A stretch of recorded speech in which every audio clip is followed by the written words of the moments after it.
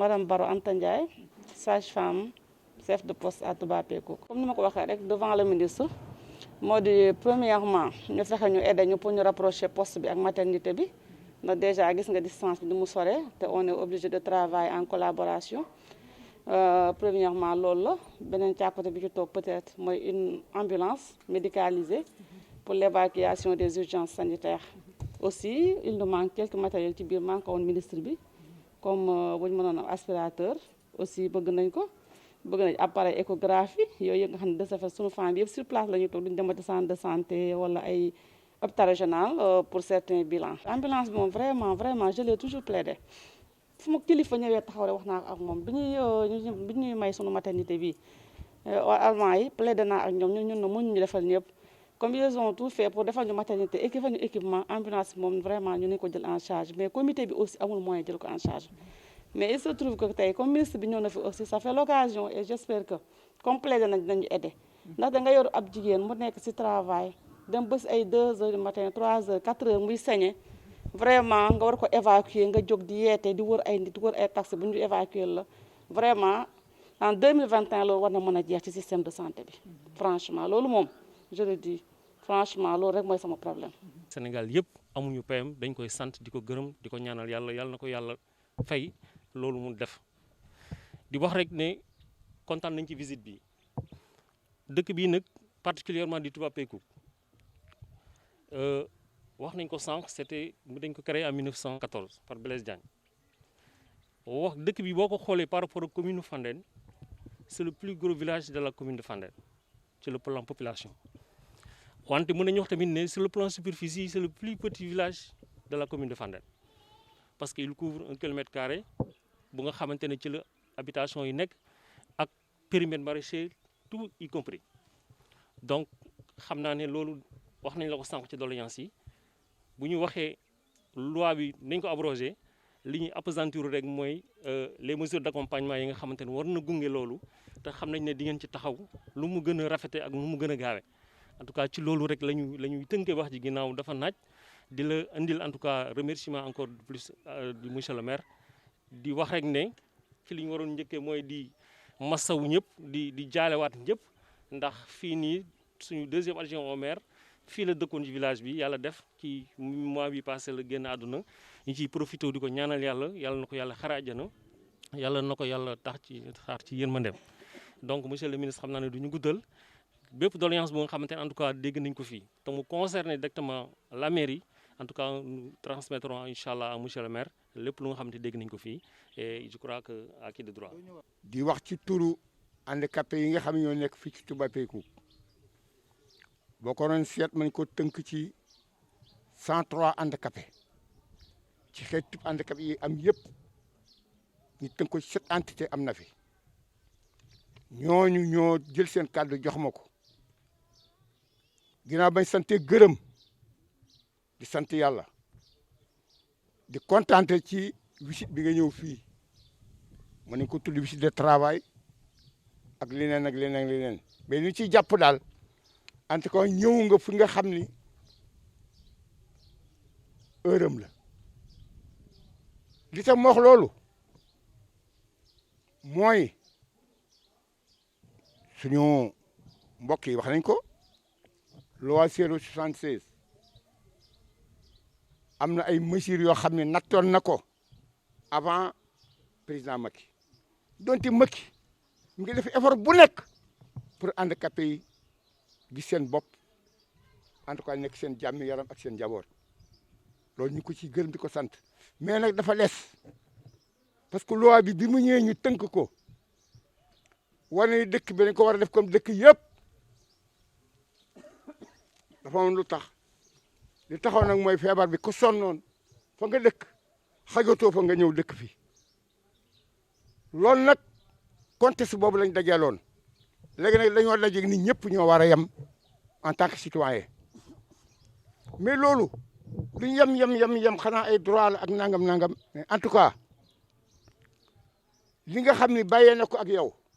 loolu lañ mukk xanaa nga dem rek wuji suñu borom yal na yeex moo tax mesures yi am na jël nañ charge ci wàllu habitant wàllu sanitaire wàllu dóola ma ay projet am nañ ay carte d'égalité de chance mais malheureusement doxul dañ ko am rek yu ci bari def ko suñu poos njariñ bi ñu war a amal amaguñ ko kon monsieur le ministre ñi ngi lay jooytu loolu ñu fexe bu ñuy abori su loi bi mu ànd ak mesures d'accompagnement yi nga xam ni buñ doon joxe tey liggéey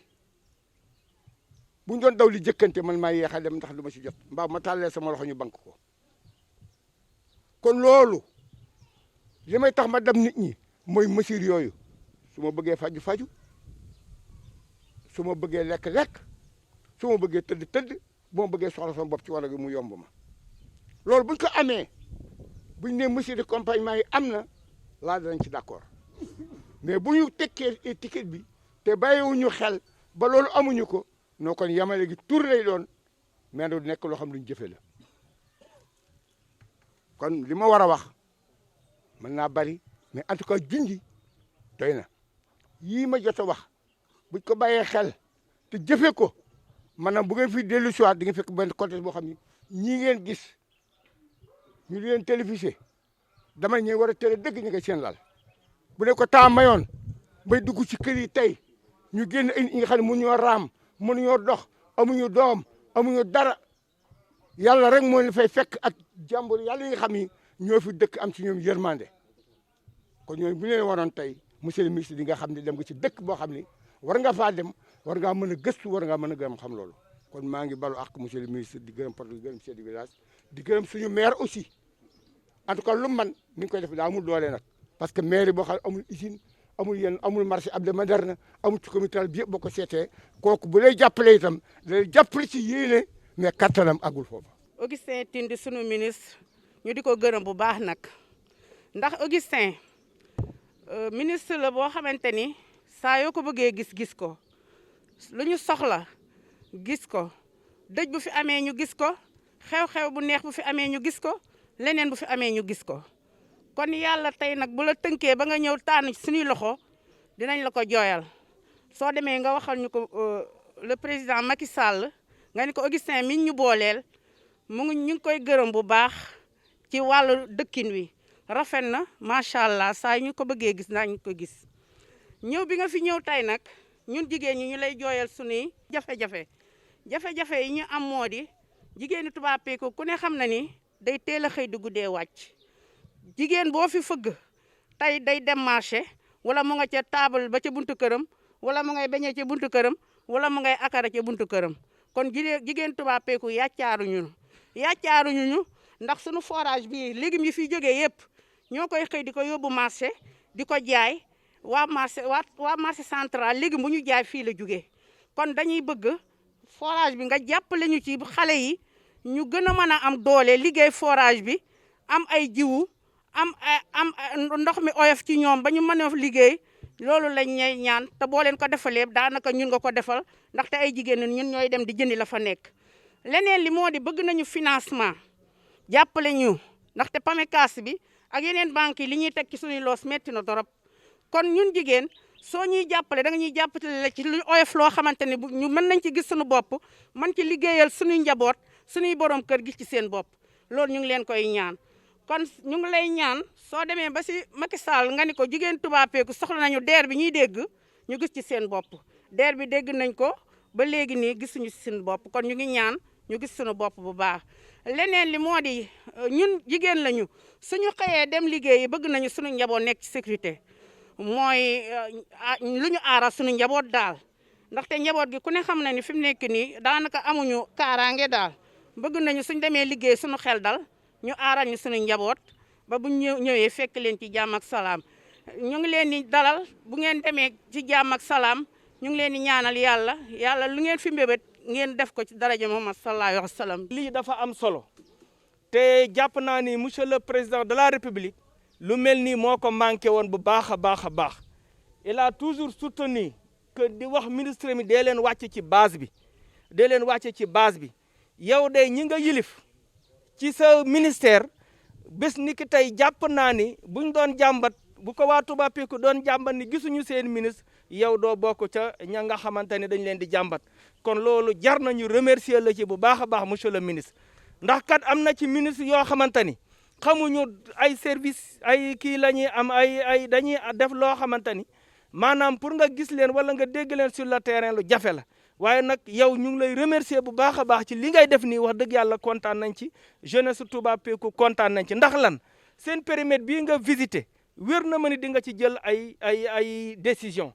li nga xamante ni moom nga wër ci dëkk bi yëpp bég nañ ci bu baax a baax waaye monsieur le ministre xam nga bi ñu waxee loi bi dañ koy abrogé ba tey ñun ñëpp dañoo toog di ko xaar kontaan ci lool bég ci lool waaye nag mesure d'accompagnement yi nga xamante ni moom nga wax kon fokk jeunesse bi am lu ñu ci laal loo xamante ni pour ñu mën a méngoog yeneen jeunes yi ndax boo xoolee ici fii ci dëkk bi am nañu espace boo xamante ni jeunes yee ko moom ñu joxoon leen ko yàgg na benn étable lañ ko njëkkoon a def depuis suñu boobu nga xam suñu papa yi ñoom ñoo doonoon ni jeune ñoom ñoo ko yoroon yàlla dogal na nag boobu ba léegi dara amu fa bëgg nañu au moins bu ñu amoon benn foyer des jeunes boo xamante ni jeunes yi bu ñu amatee seen i activité dinañ ko fa mën a def dina doon lu ñu gënal xaj na temps bee xat moo tax mënoo koo visiter mais mu ngi ci yoon bi wax dëgg yàlla boobu ba léegi si dara nekku fa amoon nañ ci ndimbalal monsieur le ministre maire de la commune de Fandène Augustin Tine am na lu mu ci dugaloon ci ciment waaye xañ na loolu doyul pour mën a démarrer donc ku ñu ci jàppale xeebuñu ci dara nag lu ñu ci am jël leneen li nga xamante ni jeunes yi waxoon nañ nañ leen ko énumérer moom mooy lan moom mooy la formation des jeunes parce que jeunes yi bari dañuy jàng ci enseignement général ñenn dañuy cartouché dañuy dem ba université ñëw duñu am dara lu ñu def nekk ci concours yeeg yooyu te ku ne xam na ni marché de l'emploi dafa xat donc bu ñu amoon ay formation bu ñu leen defaloon ay formation dëgg ñu am ay qualification dina leen dimbali pour ñu mën a dimbali seen waajur ba mën a tolloog ñi nga xamante ni ñoom ñoo nekk ci yeneen dëkk yi loolu daal vraiment monsieur le ministre bokk na ci li ñuy jàmbat l'entrepreneuriat jeune parce que ñu ngi dégg ay FONGIP di dégg ay DER mais amul benn jeune bu ci am benn financement donc je pense que loolu bëgg nañ ko ci jàppale ndax jeunes yi dañoo war a am ay financement di compétir ak seen moromu jeunes yi parce que aussi bu ñu déggee DER dégg FONGIP dégg ay FNPJ yooyu yëpp di def ay financement ñuy dégg ay Prodac ak yu demee noonu te gisuñ ci suñu bopp kon day mel ni retard booba day daal di exister ba tey donc kon li ñuy ñaan mooy yooyu yëpp nga faciliter ñu accès au crédit pour les jeunes accès au crédit pour les femmes ak ni ko ñenn ñi waxee aussi pour les suñu papa yi ak suñu yaay yi ñoom tamit ñu jàppale leen seen carte d'égalité de chance yi nga xamante ne am nañ ko ñu commencé ci bénéficier wu à travers couverture maladie universelle ak yeneen ak yeneen. li mu wax déglu nañ ko waaye dégg nañ ko et di ñaan borom bi nga xam ne moom kese moo man mu may ñu nuñ ci mënee góorgóorlu pour ëllëg suñ fi ñëwaatee ñu ne kat y a une évolution positive pour rappel tey ci tey li ñu fi indi mooy dégg ngeen le 3 février passé président de la République conseil des ministres mu ne na gouvernement bi jël ay matuwaay pour li nga xam ne moom mooy loi 7603 du 25 mars 1976 te mu jëm ci lépp loo xam ne wàllu village de reclassement social la mu ne nañu abroger loi boobu waaye abroger loi bi kese yem ci bi tamit damay ne du bari njariñ moo tax mu ne ñu ñun ñi nga xam ne ñun ñoo yore lépp luy équité sociale et territoriale dans ce pays nañu jël ay matuwaay ngir loolu noonu processus boobu noonu ñu mën koo accompagner bokk na ci accompagnement bi nga xam ne namm nañ ko def mooy permettre ak seen dëkk bii nii mu mën a accéder li ñu naan infrastructure socio-économique de base pour ne pas dire infrastructure socio-économique tout court foofu noonu bokk na ci li ñu visité léegi muy poste de santé bi gis nañu poste de santé bi gis nañu maternité bi population bi ci seen bopp ñoo ni suñu sañoon ñu booleel leen ko parce que dina yombal seen liggéey ci loolu fii ma taxaw laa leen di wax ci fan yu néew incha allah dina am mission boo xam ne PUDC moo koy conduire muy programme d'urgence de développement communautaire dina ñëw fi li koy indi fi mooy ñaari mbir benn mbir bi mooy par rapport ak poste de santé bi nga xam ne war na leen ko defal fii mu nekk poste de santé bu mucc ayib boo xam ne day boole maternité boole salle de consultation boole commodité yëpp mais dina nekk aussi poste de santé boo xam ne dañ koy équiper sur toute la ligne loolu damay yeggali ndigal parce que président de la république moo ñu yónni mu ne nañu ñëw waxtaan ak yéen xam seeni jafe-jafe lañ ca man fa ñu toog ñu ne leen lii mënees naa nekk lañ ca mënul fa ñu toog ñu ne leen lii dinañ ko càmbar xool ko kon ci wàllu poste de santé bi incha allah loolu dama leen di jox léegi que ne dinañ fexe suñ kéemtalaay kattan pour ñu defal ko ni mu gën a gaawee beneen bi ci biir wàllu forage bi fekk nañ fi ay population yu engagé mais fekk nañ fi ay jeunes aussi yu am jom parce que am na ci ku jël kaddu mu ne phénomène bi ngeen di dégg Barça wala Barsaq amul fii nii ñu nekk parce que kenn ku ne ci ñun su yeewoo mu ngi jër arrosoiram takk ndiggam di xaar yàlla fee ca tool ya loolu nag déjà day joxe motivation loolu day galvaniser état parce que naam ñoom ñoo fi nekkal ñëpp waaye waaw góor dama ni fi yokkul du wàññi kon le fait que mu am ay ndaw yu am fulla boobu ak fayda boobu pour di lijjanti seen bopp lijjanti seen i waajur dañu may ndëgërlaay mais aussi dañu may courage pour ñu mën continuer di leen accompagner ci biir loolu dégg naa ngeen tudd fii problème de financement surtout li nga xam ne moo concerné la DER li ma leen mën a wax loolu nekkul ci samay loxo waaye dinaa ci def sama kéemtalaay kattan mooy lan mooy fexe ba ñi nga xam ne ñoom ñoo yore la DER ñu xam ne lii kat préoccupation population bii nii la te nag population boo xam ne la président def ne ci réew mi tollootuñ fi fu ñuy gisee ñaari sénégalais bu njool ak bu gàtt wala bu ñuul wala ak bu xees non ñun ñëpp ay sénégalais lañu ñoo bokki droit ñoo bokki devoir kon li nga xam ne moom mooy caricature bi nga xam ne dañ ko defoon yenn dëkk yi defal ko statut spécial dene loolu désormais dafa bëgg mu dañ waaye bu mu dañ kese ci papier yi mais dafa bëgg aussi ñu matérialiser ci li nga xam ne moom mooy jëf-jëf yi nga xam ne dañ koy def jëmale ci kon foofu li ma leen mën a rassurer rek incha allah taala dinaa transmettre ci ki nga xam ne moom moo yelloo am information boobu te dinaa ci def samay jéego ngir mu yegg si fii mën a waxtaan ak jigéen ñi mais mën a waxtaan ak gone yi et beneen bab dolli aussi ci suñuy mission bokk nañ ci li ñu naan accompagner ñu ngi naan handicapé yi parce que nag tey suñu ñëw bii li ko gën a wundu mooy ñi nga xam ne yàlla def na ay handicapé lañu te mën naa ne sos dëkk bi bokk na ci ñoom ñoo taxoon mu jóg kon dégg naa li nga xam ne représentant handicapé yi wax na ko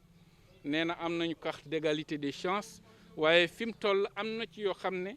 jafe na mu amal leen njëriñ loolu dinañ ko bàyyi xel en relation avec le ministère de la santé et de l'action sociale parce que mën naa leen ne fan yee ñu jàll jot naa une base de données boo xam ne toll na ci luy tolloog 32 000 handicapés yu ñu war a enrôler ci bourse de sécurité familiale yi wala ci couverture maladie universelle yooyu noonu nag na ngeen xam ne dañu koy càmbar étudier ko xool la ci mënu ñu def ko la ci mënul ñu xaarandi ko waaye xam leen ne yéene bi mooy naka la ñu accompagner yéen ñi nga xam ne yéen a fi nekk te incha allahu taala dinañ ci def suñu kéemtulaay kattan suñ ko defee loolu mooy ndigal bi ñuy jot ci président Macky Sall suñ ko deful xamal ne def nañ li nga xam ne du ndigal donc incha allahu taala dinañ ci def suñu kéemtulaay kattan la des nag di leen wax ne service technique yi fi nekk